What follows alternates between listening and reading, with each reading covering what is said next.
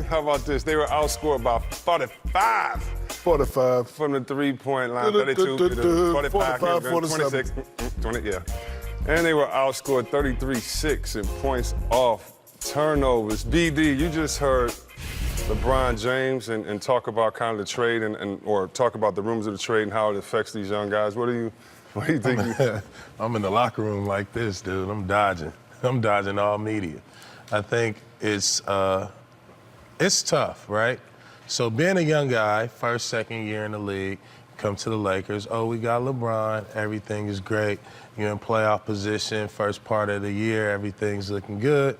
Then all of a sudden, like, your name started popping up on the internet. You the problem. You don't want it to.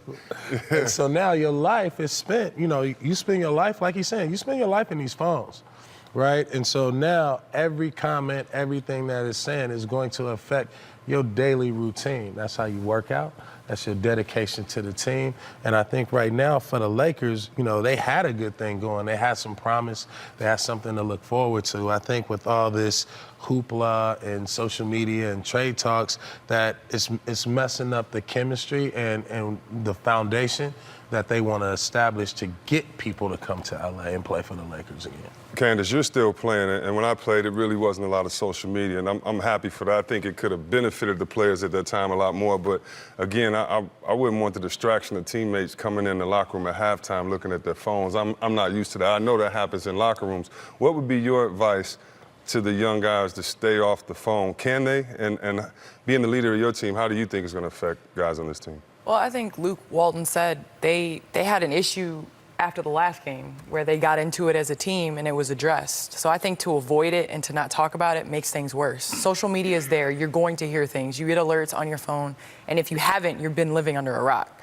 So I think it's just about addressing it and trying to move forward. I mean, obviously tonight you could tell nobody's energy was the right way, from the coaching staff all the way down to the last player on the bench. And you can't have that, because what if this trade doesn't go through? Then what happens the rest of the year? And Shaq, let me ask you, because you said earlier, and rightfully so, that if a player didn't get you the ball, you're going at him at halftime and you're talking to him now. When you've been that leader and still been like, I need the ball, have you also been the guy to say, hey, don't worry about trades, or we can't think about that right now? How's it been in situations when you've seen guys kind of get shaky from that? Well, fortunately, whenever trade talks were coming down, I had the power to say yes or no for a long period of my career. But I've always noticed, and I've always said to myself, if it's something you can't control, don't worry about it. We all had kids, we all had dreams of kids being in the NBA. You're in the NBA now. We want to play well, get new contracts, make money, take care of our family. Listen, if they got you up for trade talks, go to New Orleans, take it personal, because to me, when you get traded, they're saying that you're not good enough. We know you're good enough, but they're saying you're not good enough. So when you get to a new team, shine. When you shine, you get a new contract, you get new money, mama get a new house, everything's good. So things you can't control, you shouldn't even worry about it. Yeah. The name comes up, it comes up. Obviously they want to go for the big name, because you got to understand, being in LA, we want to win now. Yeah. We're not waiting. We want to win now. We got LeBron, the best player in the game.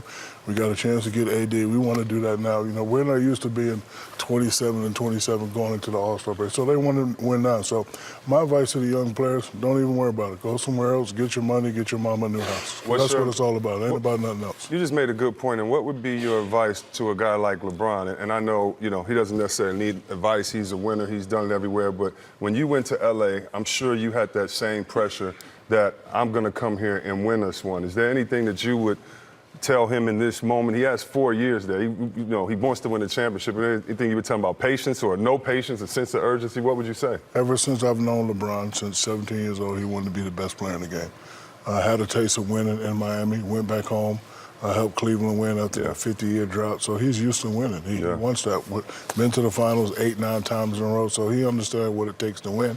He wants to continue to win. He wants his name up there with Mike and Kobe and all the greats. So I don't blame him either, because I would have been the same way. Hey, Give me some guys that can play. I want to win right now, because it's not fun when you're losing and people are talking about you, especially when you're used to winning. So again, my advice to all the young fellas: don't worry about it. Go somewhere else, get your money, and it's get a new contract. Sorry to cut you off, because with this collective bargaining agreement, these young fellas getting paid a lot of money. Yeah, for real. There ain't nothing to complain That's about. exactly what I was gonna say. It's a long league, and you never know where your career will end. We got bums So making stick 30 to it. million. Yeah. We got Yeah. bums making 30 Yeah, million. they can't. Yeah. And I ain't gonna call nobody out, but I'm Right. just saying they're making 30 million. Get your money, young fellas. Don't even worry about it. Yeah, and my advice within that would be, and I think we all have to go through that in life, but social media makes it worse, is you don't listen to critics, especially those that can't dribble a rock.